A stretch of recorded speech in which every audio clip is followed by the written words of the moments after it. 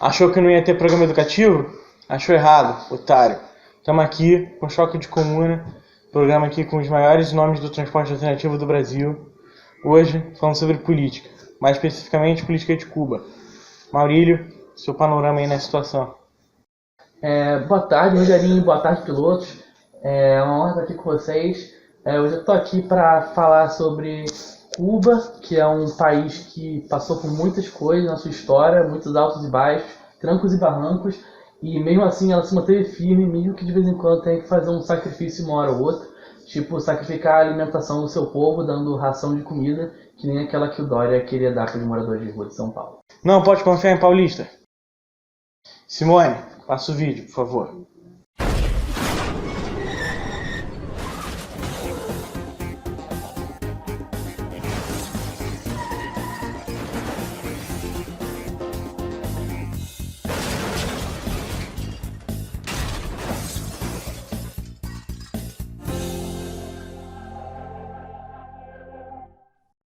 Cuba era habitada por povos ameríndios conhecidos como taínos, guanajatabês e cibonês, sendo eles, respectivamente, agricultores, caçadores, pescadores e coletores. Foi invadida pelos europeus em 1492, sendo batizada de Ilha de Juana, em homenagem a um dos filhos do rei espanhol. Em 1510, a Capitania Geral de Cuba foi fundada, englobando o território cubano, a Flórida e a Louisiana espanhola. Vários foram os espanhóis que desembarcaram na ilha, não encontrando resistência nenhuma indígena. Fundaram várias vilas, entre elas a cidade de Santiago de Cuba, a primeira capital, e Camagüey, cidades essas importantes até hoje em dia. Durante a colonização, a Espanha investiu em monoculturas de açúcar e tabaco, utilizando o sistema de plantagem, que no início contava com mão de obra escrava indígena. Cerca de 30 anos depois da chegada dos espanhóis, a população indígena já havia se reduzido de 120 mil para algumas centenas, devido a vários fatores, tais como doenças, maltratos e extermínio. Com a redução, a mão de obra começou a ficar escassa, logo começaram a substituir os nativos por escravos africanos, semelhante ao que ocorreu em outras colônias espanholas e portuguesas na América. Os primeiros movimentos em favor da independência da ilha datam do século XVIII, quando a Espanha exigiu monopólio na comercialização do tabaco cubano, em razão da valorização deste no mercado internacional. Os produtores de tabaco, conhecidos como vergueiros, se revoltaram, no movimento conhecido como Insurreição dos Vergueiros. No século seguinte, houve outros movimentos pró-independência, influenciados por movimentos semelhantes em outras colônias. A luta armada começou de fato em 10 de outubro de 1868, num movimento denominado Grito de Yara. Foi organizado em 1868 um movimento denominado República em Armas. Essa revolta contou com o apoio de várias nações americanas e dos Estados Unidos, mas a Espanha continuou com seu domínio sobre a ilha.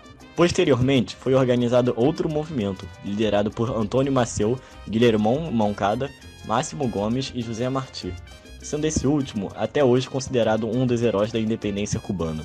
A tática dos guerrilheiros foi ocupar faixas do litoral e alguns pontos considerados estratégicos. A Espanha tomou a iniciativa e realizou o que foi denominado Reconcentración, que consistia em deixar famílias camponesas isoladas em campos de concentração. As lutas se estenderam até a intervenção dos Estados Unidos durante a Guerra de Independência Cubana, em 1898, fato considerado estopim da Guerra Hispano-Americana. Com a derrota na guerra, em 10 de dezembro de 1898, a Espanha teve de reconhecer a independência cubana, além de ceder Porto Rico aos Estados Unidos, através da assinatura do Tratado de Paris, colocando grande influência estadunidense em Cuba. No dia 20 de maio de 1902, foi proclamada a República em Cuba, mas, sob influência norte-americana, foi cedida uma permissão para que o governo interferisse na nova república. De 1934 a 1959, Fulgêncio Batista foi dito presidente de Cuba, que impôs enormes regulações à economia, o que trouxe grandes problemas para a população, como o desemprego, uma queda na qualidade de vida, além de transformar o país numa ilha de prazeres estadunidenses. Cuba virou um paraíso inundado em corrupção, cassinos, uso indiscriminado de drogas e incentivo à prostituição. É igual lá, pra sexta-feira, meia-noite. Você sai pra lá pra arrumar diversão, quem sabe um amor, e sai de lá com a infecção por causa de uma caipirinha de R$5.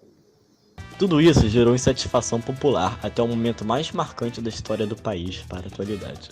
Diante de toda essa situação de desigualdade, um grupo de guerrilheiros comandados por Fidel Castro começou a lutar contra o governo cubano, em 1956. Em 1º de janeiro de 1959, conseguiu derrubar o governo de Batista, tomando rumos socialistas para o governo, virando o oposto do que era antes. De paraíso norte-americano para uma pedra em seu sapato. Nesse meio tempo, pós-revolução, muitos foram os eventos que marcaram sua história.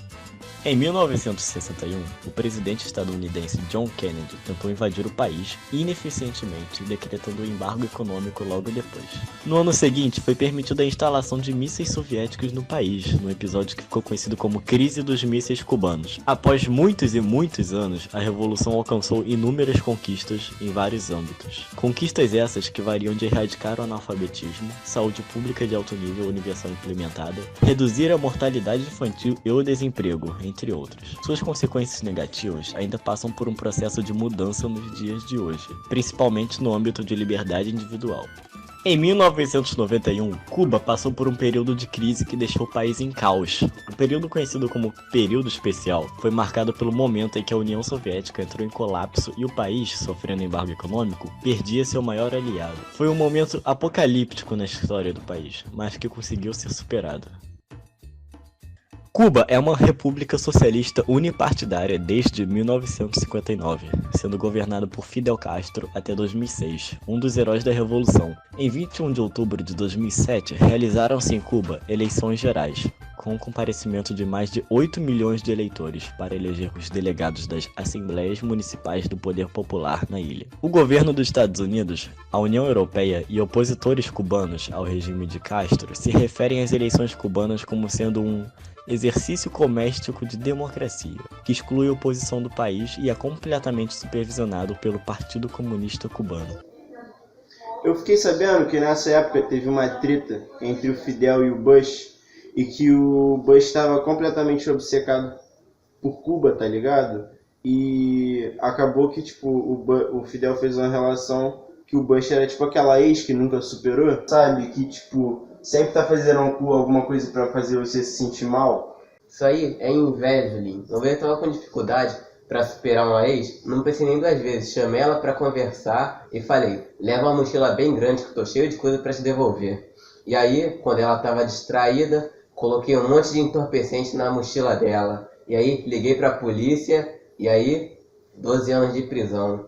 E aí, ela presa, não tinha mais Instagram, fica difícil de stalkear, né? E aí, tanto eu como ela, foi fácil pra gente superar. Com certeza, mano, o Fidel tinha que ter pensado numa forma melhor de resolver o seu caso com o Bush. Como os entorpecentes. Óbvio. E ativistas cubanos qualificaram as eleições como ilegítimas e inconstitucionais. Fidel Castro renunciou à presidência em 19 de fevereiro de 2008, e seu irmão Raul encabeçou a lista única de candidatos apresentada à Assembleia, que ratificou a cédula e o elegeu, dito por ele, em 24 de fevereiro, para sucedê-lo na presidência de Cuba. A política internacional de Cuba começou a passar por dificuldades pelo país após o colapso do bloco soviético. Sem os maciços subsídios do seu então principal parceiro comercial, a União Soviética, Cuba foi relativamente isolada na década de 90, mas desde então entrou em um processo de cooperação bilateral com vários países sul-americanos, principalmente a Venezuela e a Bolívia.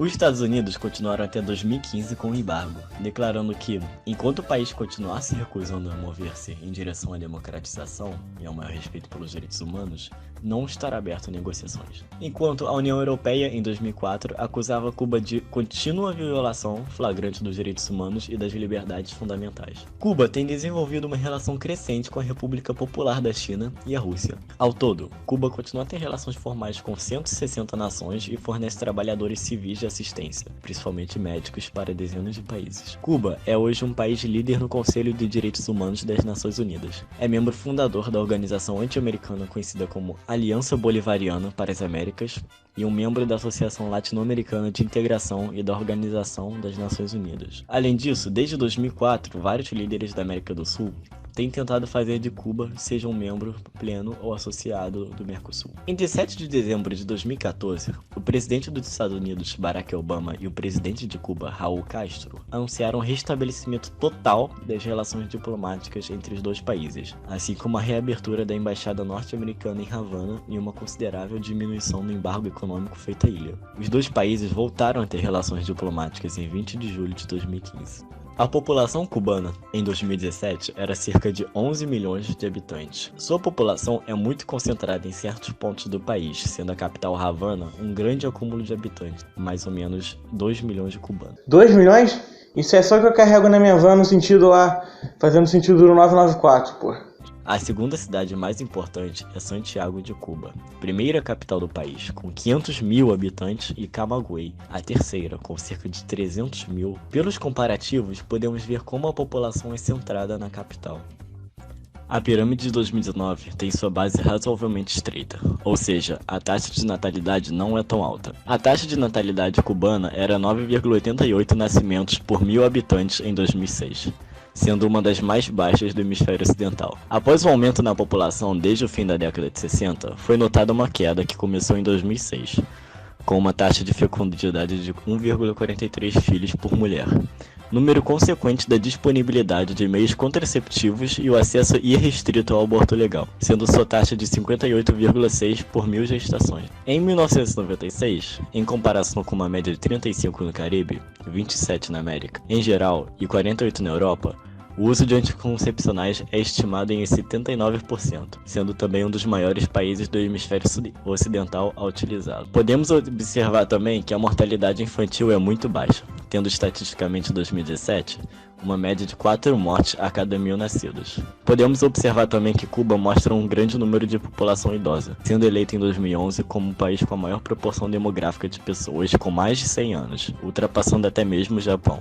Imagina o estudo de idoso pegando um ônibus na hora do rush, fazendo aquele passeio que eles gostam de fazer de ônibus no centro da cidade. Isso aqui no Rio de Janeiro é só um caos total.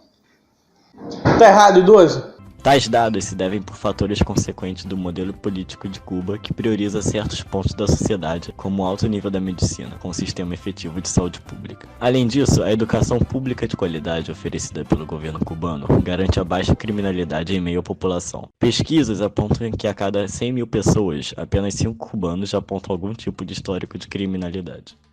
A pirâmide de 1959, no ano da Revolução, aponta que a taxa de natalidade era altíssima, com uma base de pirâmide muito larga, porém se estreitando logo depois. Isso aponta um alto índice de mortalidade infantil, sendo 67 a cada 1.000 crianças, uma diferença brusca em comparação a quando o governo tomou uma postura pró-saúde pública de qualidade. Isso aí de mortalidade infantil é manipulação da mídia. Já fez todos os testes possíveis pro Renanzinho e ele tá vivo. Ele tá vivo! Também Tá vemos certa a indignação, que a pirâmide piloto? reduzia conforme subia, mostrando a decrescente quantidade de adultos e idosos, tornando explícito a qualidade da saúde naquela época. Com esses fatos, podemos apontar que a pirâmide etária de Cuba em 2019 está na terceira fase e em 1959 estava na primeira.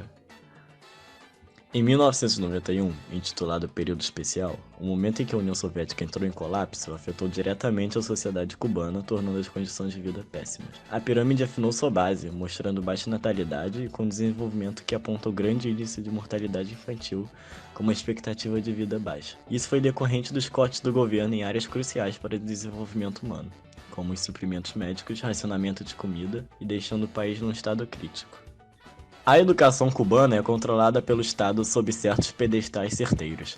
Ela é gratuita no ensino fundamental, médio e superior para todos os cidadãos cubanos, sendo obrigatória até o 9º ano. Um dos maiores triunfos da Revolução, com números de analfabetismo que atingiam quase um quarto da população em 1958, sendo a rural mais de 40%, iniciou uma campanha em 1961 para acabar com um dos maiores males do mundo. Hoje, conclui-se que Cuba não possui analfabetos, visto em pesquisas como a do The World Factbook, de 2017, publicada pela CIA, que anunciava que 99,8% da população acima de 15 anos sabia ler e escrever. Além disso, seus alunos de terceiro e quarto ano lideraram resultados mundiais em compreensão de linguagem e matemática. Também há uma grande valorização social da profissão docente em todos os seus níveis, e os salários dos professores equivalem aos de outros profissionais, como os de médicos e físicos. Nada além do esperado de um país que investe cerca de 13% do seu PIB em educação. Em Cuba, 85% das famílias são donas de suas próprias casas e não pagam aluguel, e os 15% restantes pagam um aluguel de aproximadamente 1 ou 2 dólares por mês. A comparação entre as condições de habitação de menor nível de Cuba e as favelas de outros países de economia de mercado é complexa e não pode ser feita de forma direta, visto que alguns parâmetros de moradia são muito diferentes. Nas economias de mercado, a maioria dos pobres vivem em favelas, e a maioria dos cidadãos que nelas vivem são pobres. Em Cuba, isto é diferente devido a uma relativa segurança na posse de residência, a profusão de residências de aluguel muito baixo ou gratuito e a restrição legal aos mercados de moradia e terreno. Em outras palavras, as pessoas que moram em habitações abaixo do padrão médio em Cuba têm acesso à mesma educação, ao mesmo serviço de saúde, às mesmas oportunidades de trabalho e seguro social que os que moram nos bairros que foram os mais privilegiados anteriormente à Revolução. Ou seja, mesmo que as moradias não sejam as mesmas, os direitos que todos os moradores de Cuba têm são os mesmos, independente de onde venham. No ano de 2011, o governo cubano mudou um pouco as normas de comercialização de moradias. Supõe-se que tal fato visou retirar da clandestinidade o mercado informal de moradias e de tentar suprir essa grande carência, ocasionada na época. O Instituto Nacional da Moradia Cubana divulgou de forma pública que do fundo habitacional do país, com cerca de mais de 3 milhões de casas, apenas 61% delas se encontravam em bom estado, enquanto que as demais se encontravam em mau estado ou em condições irregulares. Estima-se que faltariam cerca de 600 mil residências devido à falta de investimento e da destruição ocasionada pela passagem de 3 furacões. O acesso aos mesmos direitos para todos os cidadãos tem muitas consequências positivas, como, por exemplo, uma segurança incomparável. O índice de criminalidade, como já dito antes, é um dos mais baixos do continente, com um padrão de 5 pessoas a cada 100 mil tendo algum tipo de envolvimento com crime na vida. Mas todo mundo sabe que isso é mentira. Que a verdade é que quem realmente sustenta o tráfico na cidade são os PMs e os próprios empresários ricos. É a mesma coisa com a segurança. Todo mundo sabe que, na real, a gente não precisa de bandido. A gente só precisa dos PMs, porque eles já fazem o papel de dar porrada na gente. Eles fazem o trabalho completo, então, dos bandidos e dos policiais. Por isso que eles estão sempre reclamando aí de estar com salário baixo. Eles fazem o trabalho em dobro, recebem pela metade. Igual motorista de van. Entre esses problemas, o índice de homicídios, principalmente por armas de fogo, é uma das menores do continente americano, porque as leis armamentistas cubanas são muito rigorosas. Nenhuma pessoa física está autorizada a adquirir ou portar armas de fogo, e quem está, também em casos de situações como a casa, são submetidos a um forte controle. Tá errado. Todo mundo sabe que arma só dá segurança. Ontem mesmo me protegi de um ataque de um Uber com a minha arma. E se John Lennon tivesse armado, por exemplo? Lá em Cuba tem uma estátua do John Lennon. Só que eles têm sorte que não tem um óculos nela, senão teria roubado. Além das forças policiais, o exército só pode portar algum tipo de arma de fogo em zonas militares e durante treinamento. Armas brancas em lugares públicos também são estritamente controlados. Tais providências não querem dizer necessariamente que o índice de criminalidade é inexistente, mas as consequências trazidas por os atos criminosos são muito menores do que em locais abertos a um tiroteio em colégios, por exemplo. Cuba possui um dos maiores IDHs do mundo. Em 2014, era 0,777, considerado alto, visto que suas condições de expectativa de vida e educação são exemplares, pecando apenas no outro valor importante para o IDH, o PIB per capita. A estimativa para 2017 é que o PIB cubano seja em torno dos 96 milhões, atingindo a marca do 63º, e o per capita o 88º, em torno de 8 mil dólares. O PIB é destinado a áreas de desenvolvimento humano, como já foi aqui dito, como educação, saúde pública de qualidade. Em Cuba, a prestação de serviços relacionados à saúde é totalmente gratuito para residentes da ilha, o que se espelha em seus indicadores padrão. Como aqui já foi dito, isso resulta em características marcantes para sua sociedade e pirâmide etária, como o menor índice de mortalidade infantil na América, a expectativa de 75 anos para homens e 79 para mulheres, e sendo o país com maior população centenária em proporção demográfica no mundo. Sendo um exemplo mundial, segundo a OMS, não teve um único caso de difteria, sarampo, coqueluche, poliomielite, rubéola, tétano neonatal ou febre amarela em 2006. A campanha pró-vacinação é muito efetiva no país. Em 2006, mais de 90% da população era vacinada contra a maior parte de doenças como sarampo, hepatite B e poliomielite. Tais características colocam Cuba como um país de primeiro mundo, quando levamos isso em consideração, sendo 7,7% do seu PIB investido nessa área. Outra conquista marcante é de que, em 2009, Cuba foi o único país da América Latina que erradicou a desnutrição infantil. Em 2015, a OMS certificou que o país conseguiu impedir que o vírus do HIV e da sífilis fosse transmitido de mãe para filho. Um feito nunca antes realizado. Além disso, é um país exemplo em exportação e criação de vacinas. Sua biotecnologia já gerou mais de 600 drogas novas e vacinas levadas para o mundo todo. Entre elas, em 2011, afirmaram ter desenvolvido a primeira vacina terapêutica contra o câncer de pulmão. Com a crise perto do período especial, o país sofreu muito com a falta crônica de eletricidade, devido à insuficiência de recursos financeiros do Estado cubano para modernizar e ampliar as suas termoelétricas para atender ao crescimento da demanda de energia elétrica. Os apagões chegaram a durar 16 horas e foram uma constante na vida do povo cubano. Lá onde eu moro, também é assim. Sempre é assim. Quando a gente vai marcar alguma coisa, é sempre antes ou depois do apagão. Mas isso só complica o meu esquema. Você sabe como é que é, né? Porque aí, quando eu quero chamar alguém pra ver aquele filmezinho, todo mundo já sabe a real intenção. Esses dias eu fui fazer uma entrega na minha Kombi perto da sua casa. Eu não sabia desse esquema aí dos apagões. Uma pessoa que eu conheci, uma menina, me chamou pra ver um filme na casa dela. Eu não sabia que era hora sem luz. Quando eu me vi, tinham roubado a minha Kombi e eu tive que voltar a pé pra casa. Embora a rede elétrica cubana ainda depende muito de geradores poluentes, mas o governo comunista está tomando umas medidas importantes no sentido de desenvolver energia solar e energia eólica, bem como energia gerada por etanol da cana-de-açúcar. O já mencionado período especial foi muito marcante para Cuba. Com a queda da União Soviética, a economia cubana foi muito prejudicada. Para piorar a questão econômica, Cuba sofre com um bloqueio econômico estabelecido pelos Estados Unidos em 1962, que trouxe uma perda imensa de bilhões de dólares que poderiam ter chegado ao país.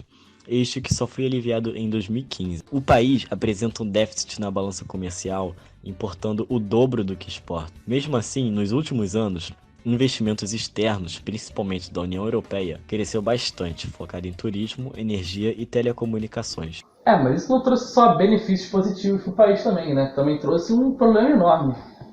Com essa onda de turistas que apareceu agora em Cuba, aconteceu um grande surto de HIV entre os habitantes cubanos.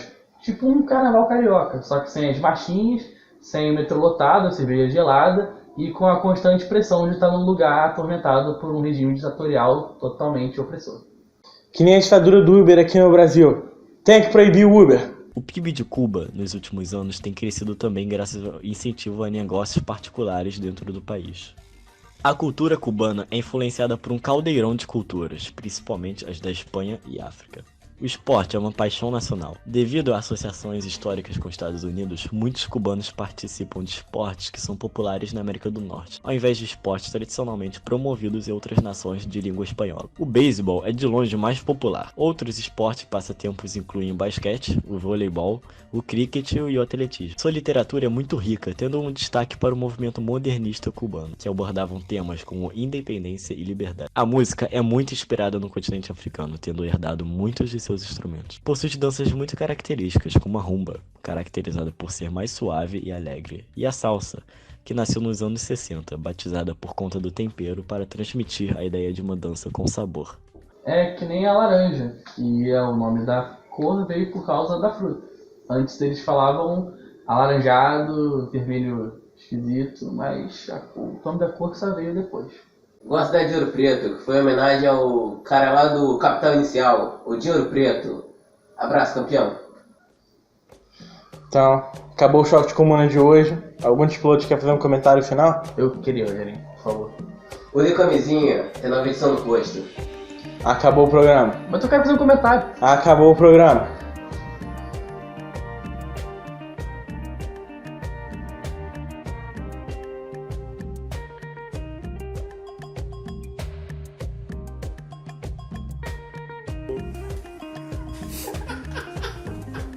Nova Switch.